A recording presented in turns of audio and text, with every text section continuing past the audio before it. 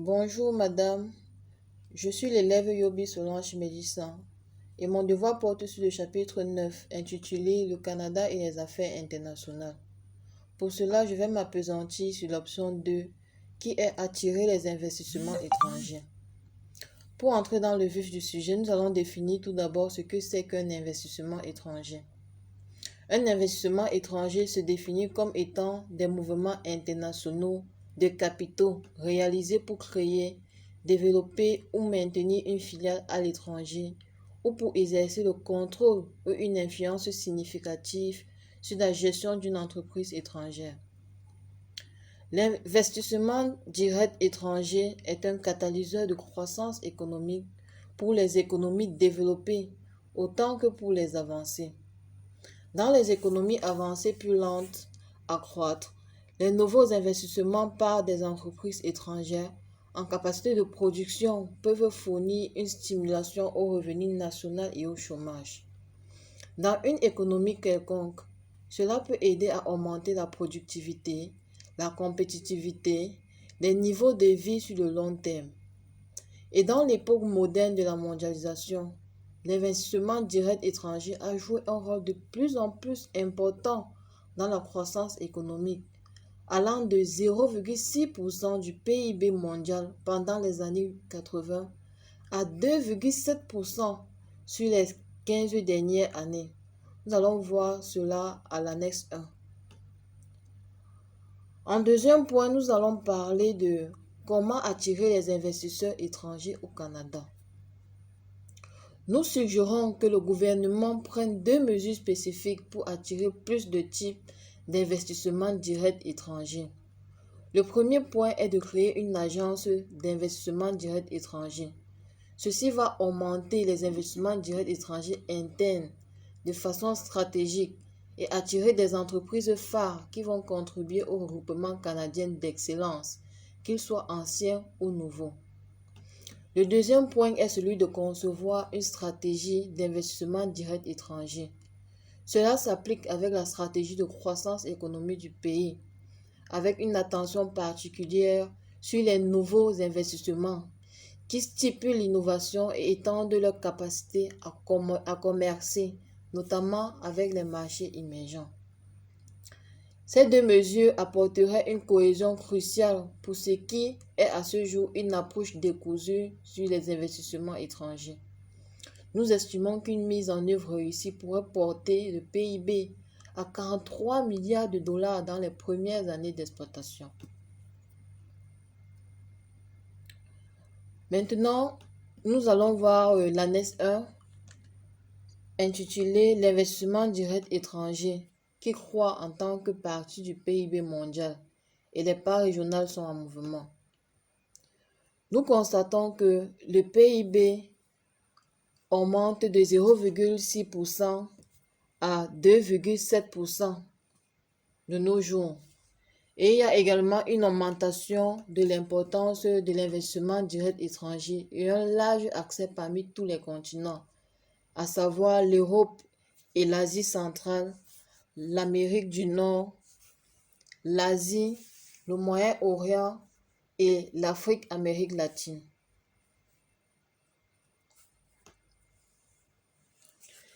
Il y a trois raisons pour lesquelles les entreprises étrangères devraient investir au Canada. La première raison est l'accès au marché.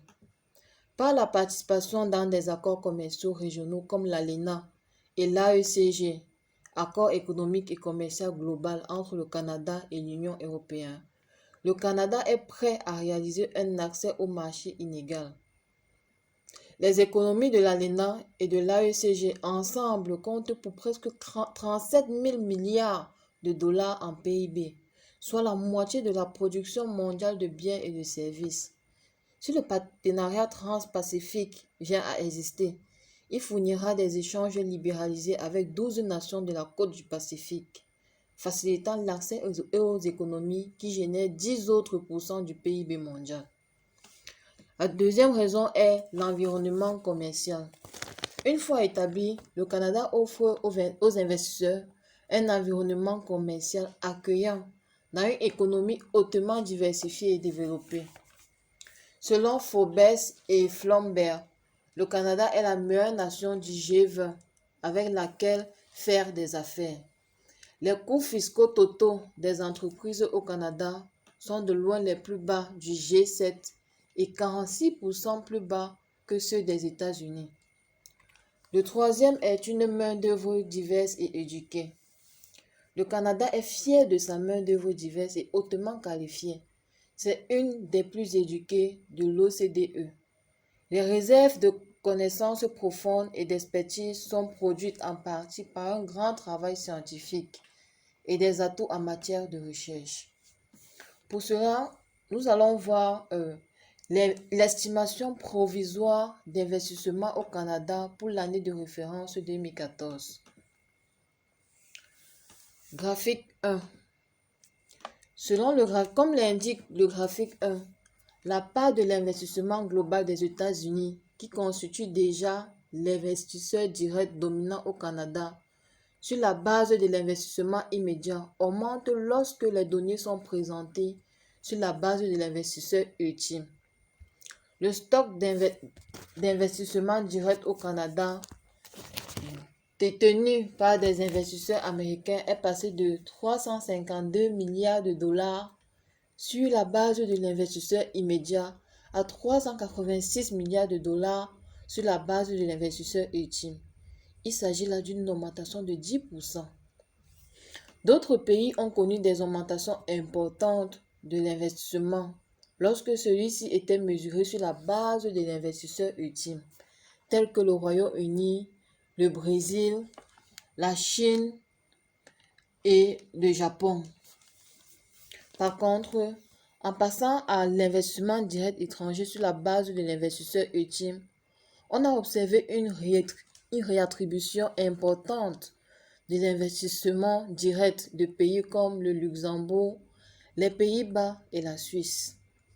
Les résultats étaient semblables pour les 4 années de référence à l'étude, ce qui a permis de cerner des tendances constantes des données au fil du temps.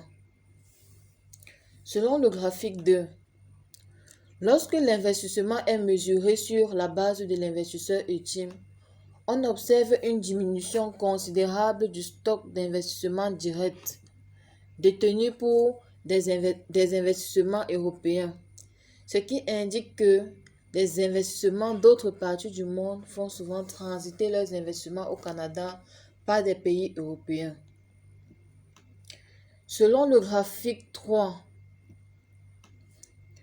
la présentation de l'investissement direct étranger entrant sur la base de l'investisseur ultime peut aussi entraîner une variation importante de la répartition géographique de l'investissement direct étranger par secteur. Le secteur de l'exploitation minière, pétrolière et gazière en est un exemple. Lorsque l'investissement est présenté sur la base de l'investisseur immédiat, les pays européens représentent les deuxièmes investisseurs en importance dans ce secteur, après les États-Unis. Cependant, lorsque l'investissement est mesuré sur la base de l'investisseur ultime, la majeure partie de l'investissement dans ce secteur en provenance de l'Europe est contrôlée ultimement par des entreprises situées ailleurs dans le monde, plus particulièrement en Asie, en Océanie et dans d'autres régions des Amériques. Selon le graphique 4, pour d'autres secteurs comme celui de la finance et des assurances, l'écart de la répartition régionale entre la présentation de l'investissement direct étranger par investisseurs immédiats et ultimes n'est pas aussi marqué. En conclusion, nous pouvons dire que il était tout d'abord question pour nous d'expliquer comment attirer les investisseurs étrangers. Et il ressort que les investissements directs étrangers sont généralement attirés par les caractéristiques économiques fondamentales des pays d'accueil, en l'occurrence par l'existence et la taille du marché, la stabilité politique et économique, la libéralisation des politiques commerciales, l'état des infrastructures et enfin des institutions. Merci bien.